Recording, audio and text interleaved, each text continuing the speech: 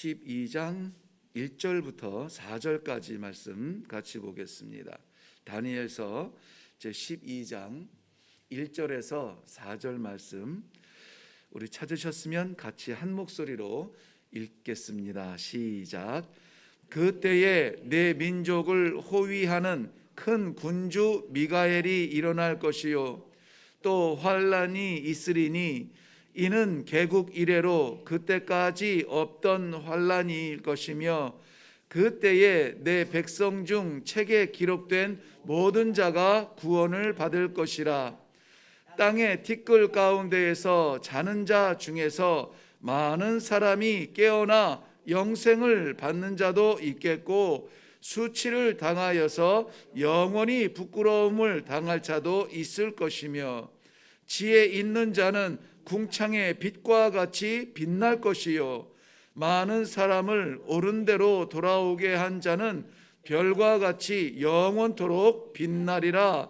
다니엘아, 마지막 때까지 이 말을 간수하고 이 글을 봉함하라. 많은 사람이 빨리 왕래하며 지식이 더하리라. 아멘. 네, 혹시 말씀을 함께 읽던 중에 제가 이 환난을 환란이라고 발음한 것에 대해서 거슬리시는 분이 혹시 있으면 용서하십시오. 아직 제가 언제 변했는지 모르겠지만 저희 때는 환란이라 그랬는데 환난으로 이렇게 읽는 것이 바뀌었죠? 안 그런가요? 바뀌었죠? 예, 그게 익숙하지 않아서 읽다 보면은 제 어렸을 때 습관대로 환란 이러는데 이게 한번 딱 꽂히면은 헤어나질 못해요. 네. 자, 오늘 다니엘서를 마지막 장 묵상하게 됩니다. 용기와 보상이라는 그러한 줄기로 살펴보고 있었는데요. 마지막 12장은 그때에 이렇게 시작을 합니다. 그때에 그때는 그 위에 보면은 11장 40절 보면 마지막 때에 남방 왕이 그와 힘을 겨룰 것이다 라고 나오는데 그 마지막 때와 연결되어서 유다인 그러니까 예루살렘을 포함한 유다인들이 극심하게 핍박을 당하고 어려움을 겪고 있던 그때를 이야기하고 있습니다. 알렉산더 이후에 그 네 명의 그 부하 장군들이 이 제국을 분할하게 되죠. 그러한 가운데서 우리가 10장 11장 살펴볼 때에 애굽을 중심으로 해서 그 제국을 형성한 부하가 있고 우리가 주목하는 것은 그 시리아, 이스라엘을 포함해서 그 북쪽 지방을 장악했던 셀루쿠스 그 제국을 우리가 좀 주목하고 있습니다. 왜냐하면은 그 셀루쿠스 이후에 등장하게 되는 그 안티오커스 에피파네스가 얼마나 그 예루살렘 성전을 욕되게 하고 제사를 멈추게 하고 지낼 수 없도록 막게 하고 우상을 숭배하고 심지어는 자기의 신상을 세워서 그 성전에 세워놓고 그 숭배하게 하고 또 종교적으로 엄청난 이 핍박을 가했던 그 시대를 중점적으로 다루고 있게 되는데요. 오늘 이 본문 말씀도 그 말기를 바라보면서 나눈 말씀입니다. 이 환란 때라고 말하고 있습니다. 이 환란 때는 마지막 때인데요.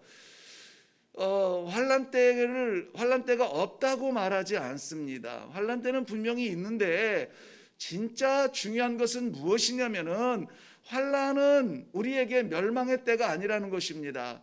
그 환란의 때는 하나님의 백성들이 구원받을 때라는 것이에요. 그래서 빛이 찬란하게 빛날 때에 어둠은 물러가지만 빛을 기대하고 바랐던 심령들은 빛을 더욱더 분명하게 볼 수 있는 찬란한 그날을 사모하는 사람들은 제대로 이제 그날을 시작하는 영원한 날을 시작하는 약속된 그 보상의 날을 시작하는 축복의 시작입니다. 그러므로 우리가 환란을 두려워할 건 아닙니다. 믿는 사람들 가운데에서도 이 환란에 대한 두려움이 많습니다. 그래서 이것 좀 안 했으면 좋겠고 없었으면 좋겠고 피했으면 좋겠고 심지어는 자그마한 환란이 와도 이 믿음을 붙들기보다는 그거 피하느라고 도망다니다가 믿음 생활 못하는 사람들도 많습니다. 그러므로 사랑하는 성도 여러분, 우리 다니엘서를 통하여서 하나님께서 약속하시는 것이 있습니다. 어려울 때, 힘들 때에, 질병 중에, 파산 때에, 마지막 때까지가 우리가 붙들어야 될 것은 무엇이냐? 하나님을 향한 우리의 믿음의 결단이라는 것입니다. 이 믿음의 결단, 이거 없어도 하나님 나 삽니다. 이거 안 해도 다음 길 있습니다. 부족하지만 괜찮습니다. 믿음을 놓지 않으려고 부수적인 것들을 잘라내는 그러한 결단, 그것을 바라보는 하나님께서 보상을 잊지 않으신다는 것을 오늘 말씀을 통하여서 함께 나누게 됩니다. 우선 1절 말씀 보면요, 1절 중간에 보면 또 환란이 있으리니 이는 개국 이래로 그때까지 없던 환란일 것이다. 이거는 그냥 슬쩍 지나가는 고통 정도가 아니라 견디기 어려운 환란일 것이다. 세상의 마지막 때에 무엇보다 분명한 것은 믿는 자들에게 닥쳐올 이 환란의 파도입니다. 예수님께서도요, 이 환란을 이렇게 표현했습니다. 마태복음 24장 21절에 보면 창세로부터 지금까지 이런 환란이 없었고 후에도 없으리라. 여기에 개국, 오늘 본문에서는 개국 이래로 했는데 이것은 한 나라의 시작이 아니라 예수님과 동일한 말씀을 하고 있는 것이죠. 하늘이 열린 이후에, 하늘이 빛난 이후에 이 창세 이후로부터 지금까지 없었던 환란을 만나게 되는 것입니다. 저는 항상 이런 말씀들을 묵상할 때에 이 말씀을 받는 사람이 누군가를 보게 돼요. 다니엘을 통해서 하시는 말씀이 됐든 예수님의 입에서 친히 하신 말씀이 됐든 이 말씀을 받는 사람들은 누굽니까? 믿음의 사람들이에요. 믿음의 사람들. 그렇기 때문에 믿음의 사람들에게는 어려움과 환란이 없다, 이렇게 얘기하는 것은 허구입니다. 더욱 중요한 게 무엇이라고요? 그 환난 가운데 믿음을 붙든 자들을 향한 아버지의 약속이 있다는 거예요. 마지막 그 약속을 모르면 믿음이 흔들릴 수 있습니다. 포기할 수 있어요. 근데 마지막 그 약속에 대한 확신이 있으면 우리는 범죄한 우리의 오른눈을 뽑을 수 있고요, 범죄한 우리의 오른팔을 포기할 수가 있습니다. 하나님의 약속은 우리가 부여잡는 그 어떤 것보다 더욱 복되고 찬란하기 때문에 그렇습니다. 성경이 말하는 이 환난, 우리는 분명히 인식해야만 됩니다. 그러나 이 환난 인정하지만 그러나 이 환난 피할 필요는 없습니다. 왜냐하면 이 환난은요, 옥석을 가리는 그런 채와 같은 거예요. 본 적이 있는지 모르겠습니다만은 이 사금을 채취하는 사람들을 보면은 물에서 흙을 잔뜩 그냥 퍼요. 무조건 흙을 풉니다. 그리고는 물에서 이렇게 흔들면서 채로 거르는데요, 흙은 다 내려가고 기대하는 금조각 남기면은 그때의 그 쾌감은 말할 수가 없다는 것이죠. 바로 그러한 채와 같은 겁니다. 좌우로 흔들어댑니다. 위아래로 흔들어댑니다. 이해할 수 없는 시간과 방법으로 흔들어댑니다. 그런데 분명한 것은 무엇이냐? 우리 아버지께서 보석 같은 믿음의 사람을 걸러내는 시간이다. 언제가? 이 환난의 때가. 이 환난의 비바람이 지난 이후에는 정말 보이지도 않았던, 세상에서 인정하지 않았던 반짝이는 믿음의 사람이 분명히 남을 줄로 믿습니다. 그때에 구원이 있다고 성경은 말해주고 있습니다. 1절 하반절 말씀 보면요, 그때에 내 백성 중 책에 기록된 모든 자가 구원을 받을 것이다 그랬습니다. 모든 자가. 우리 하나님은 실수도 하지 않고 실패도 하지 않습니다. 제가 믿는 하나님은 그래요. 그래서 성경에서 모든 자라고 할 때에 하나님은 놓치는 분이 없구나, 분명히 모든 자가 다 구원을 받을 것이라 이렇게 확신하고 있습니다. 마태복음 7장 24절 말씀에 보면은 5장부터 시작하는 산상보훈이 6장 계속 7장 계속 되다가 마지막 7장 하반부에서 결론을 내리는데, 산상보훈의 결론이 뭐냐면은 예수님이 무슨 말씀을 하셨는지 그것을 듣는 것도 중요합니다. 그래서 하나님의 말씀을 받는 것도 중요합니다. 그런데 산상보훈의 결론은 뭐예요? 비바람이 몰아칠 때에, 창수가 나며 흔들릴 때에 결국은 반석, 말씀의 반석, 믿음의 반석 위에 견고하게 남는 그런 사람이 되라는 것이 예수님의 교훈의, 산상보훈의 목적이에요.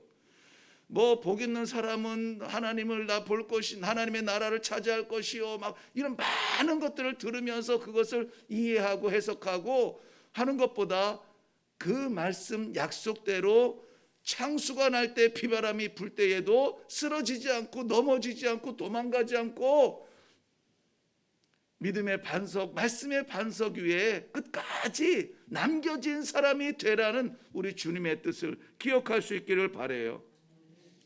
오늘 본문에서 책에 기록된 모든 자라고 했는데, 이 책은 계시록 13장 8절에 보니까 어린 양의 생명책이라 이렇게 분명하게 소개하고 있습니다. 어린 양의 생명책, 어린 양의 생명책은 언제부터 기록이 되었냐면 창세 이후로부터 기록이 되어졌어요. 그러니까는 우리가 빠질 수가 없습니다. 왜냐하면 우리는 창세 이후에 이 땅에 온 사람들이기 때문에 우리의 이름이 하나님께서 작정하신 이름이라면은 놓칠 수 없고 빠질 수 없고 실수하지 않고 실패하지 않으세요. 반드시 생명책에 기록되어진 이름들이 되기를 바랍니다. 죽임, 그 생명책은 어떤 책입니까?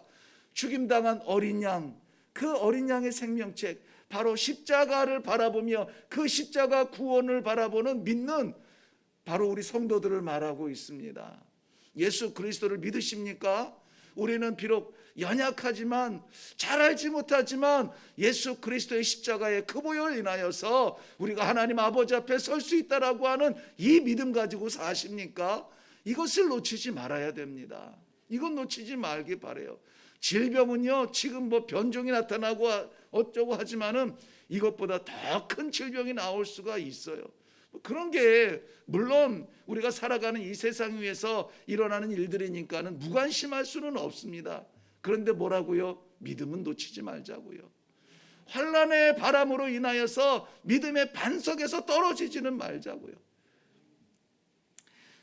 자, 이 믿음을 지키는 자들에게요, 하나님께서 하시는 약속이 있습니다. 바로 무엇이냐면은 우리가 그렇게 환상적으로 단어적으로만 이해하고 있는 부활이에요. 2절 말씀 보면은 땅의 티끌 가운데에서 자는 자 중에서 많은 사람이 깨어납니다. 어떤 사람은 영생으로, 어떤 사람은 부끄러움으로 그렇게 종말을 맞이하게 되죠. 여기에 자는 자들, 죽음이 아니라는 겁니다. 죽음이 아니라, 저도 뭐 근래에도 장례식을 치렀습니다마는 영별이라는, 영면이라는 단어도 쓰기도 하고요. 영원한 것은 아닙니다. 우리 주님 재림하실 때 모두 다가 다 일어날 겁니다. 어디에서 일어납니까? 오늘 땅의 티끌 가운데서 일어난대요. 티끌은 무엇입니까? 흙의 본질로 하나님께서 사람을 지으셨을 때에 한 줌 지으신 그 흙이에요. 우리 흙으로 왔다가 흙으로 돌아가게 됩니다. 그런데 거기에서 끝나는 육신이 아니라 하나님의 생기를 받은 영원한 생명체라는 것입니다. 우리는 죽지 않아요. 우리는 영원히 삽니다. 그런데 이 영원히 사는 생명을 천국에서 하나님의 구원받은 백성으로 살 것이냐, 지옥에서 끝없는 괴로움 속에 타는 불구덩이 속에 살 것이냐 하는 것입니다.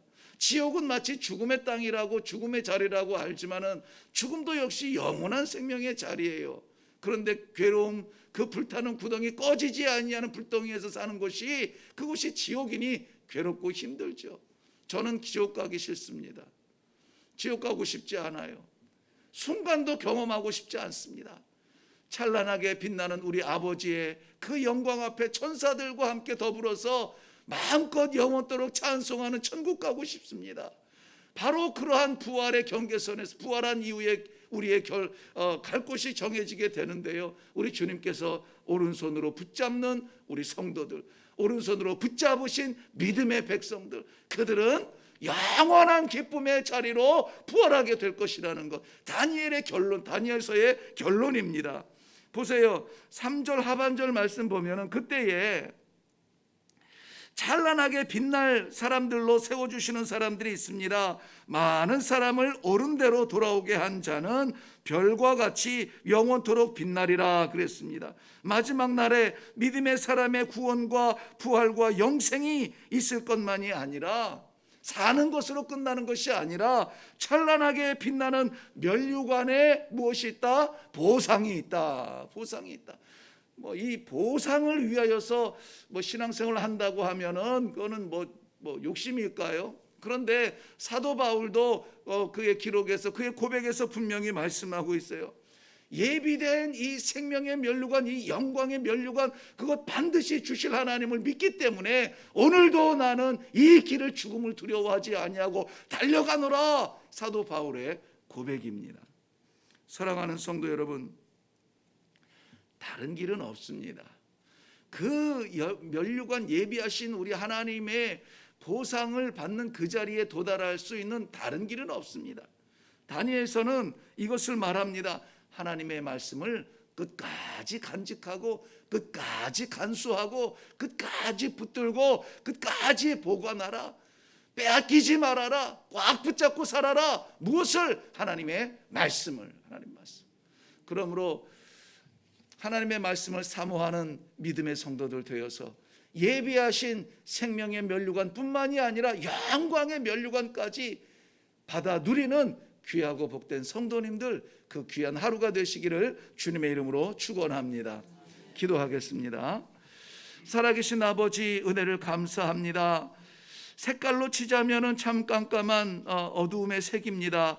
그러나 오늘 말씀을 통하여서 찬란하게 빛나는 생명빛으로 보여주시고, 또 영원토록 빛나는 사람으로 우리의 이름에 소망을 주시니 감사합니다. 말씀 그대로 받고 나아갑니다. 이 하루를 만날 수많은 난관들, 둘러싸고 있는 수많은 숙제들과 어려움들, 그러나 그러한 것들 속에서 우리는 무너지지 않을 것입니다. 우리의 믿음을 꼭 붙들고 하나님의 말씀하여 주시는 대로 순종하며 나아갈 것입니다. 주의 백성들에게 이 하루의 승리를 허락하여 주시옵소서. 우리 하나님 예비하신 그 면류관 앞에 서기에 부끄럽지 않고 부족함 없는 주의 백성들의 믿음의 삶의 하루가 되도록 은혜를 베풀어 주시옵소서.